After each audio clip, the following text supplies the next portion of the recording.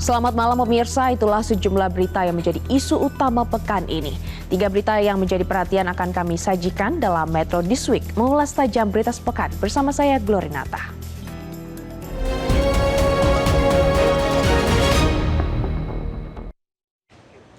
Pemirsa, Presiden Amerika Serikat Donald Trump menyatakan akan bertemu dengan delegasi Iran pada pekan depan untuk membahas gencatan senjata dengan Israel. Trump juga menyebutkan adanya kemungkinan penandatanganan 2 perjanjian dengan Iran. Pernyataan tersebut disampaikan Donald Trump usai bertemu dengan kepala negara anggota NATO di Den Haag, Belanda. Pernyataan ini juga dilontarkan Trump untuk menanggapi pernyataan awak media yang menanyakan kemungkinan Israel melanggar kesepakatan gencatan senjata dengan Iran.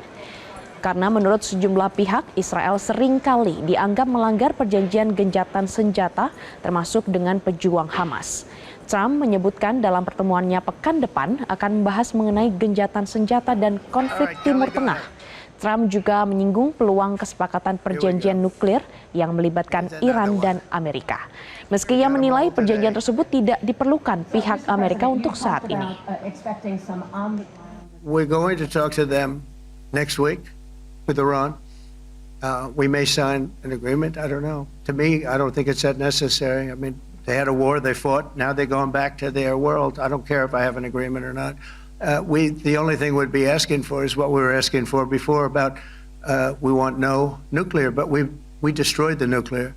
In other words, that's destroyed. I said Iran will not have nuclear. Well, we blew it up. It's blown up to kingdom come, and so I don't feel very strongly about it. If we got a document, wouldn't be bad. We're going to meet with them, actually. Pemirsa, pasca dicapainya kesepakatan gencatan senjata antara Israel dengan Iran, pemerintah Zionis Israel kini terancam mengalami krisis keuangan lantaran mengalami defisit anggaran sebesar 20 miliar dolar Amerika Serikat. Untuk mengatasi hal tersebut, Kementerian Keuangan Israel mengusulkan pemangkasan anggaran di berbagai bidang.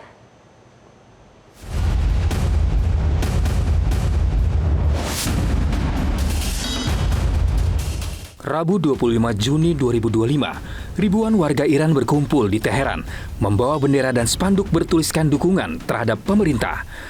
Mereka merayakan gencatan senjata Iran versus Zionis Israel.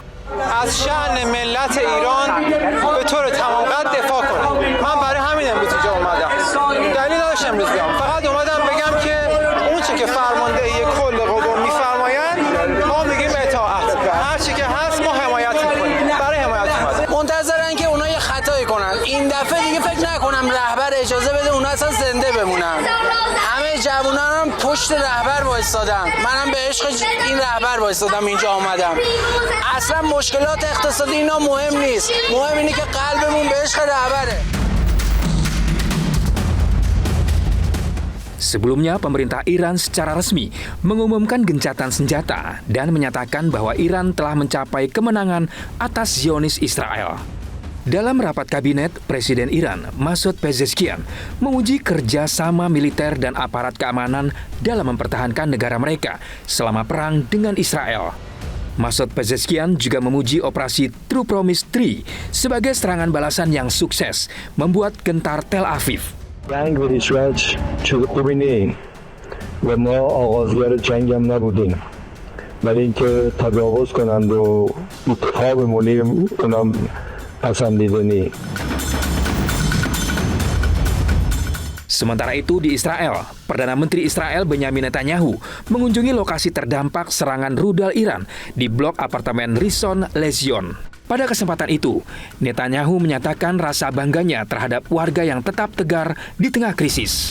Netanyahu pun berjanji kepada masyarakat akan membangun kembali masa kejayaan Zionis Israel. אנחנו עושים מאמץ אדיר, ואני אעזור לך באופן אישי, או לא רק לך.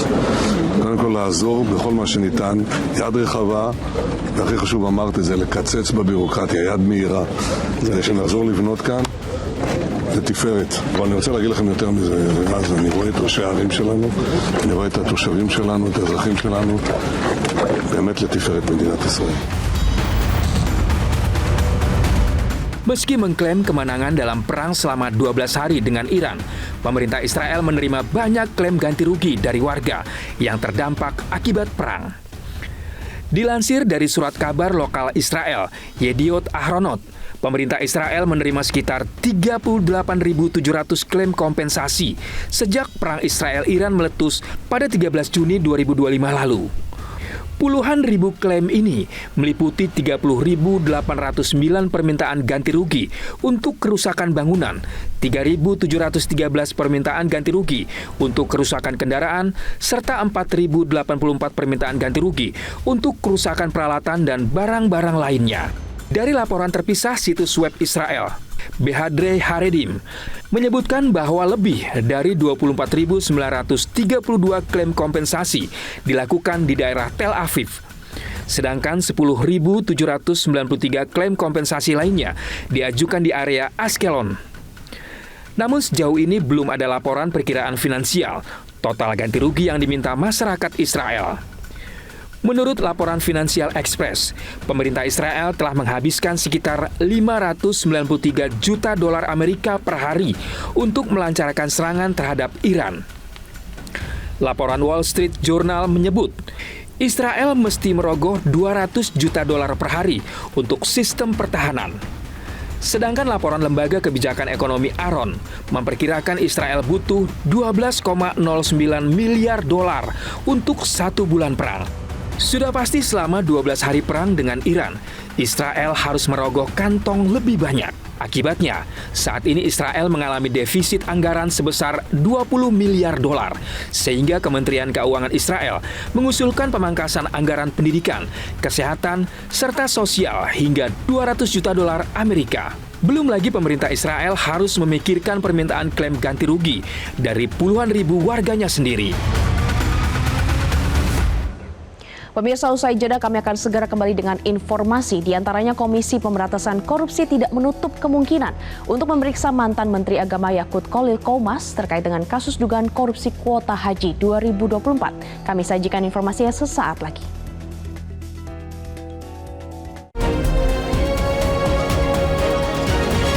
Jelajahi cara baru mendapatkan informasi. Download Metro TV Extend sekarang.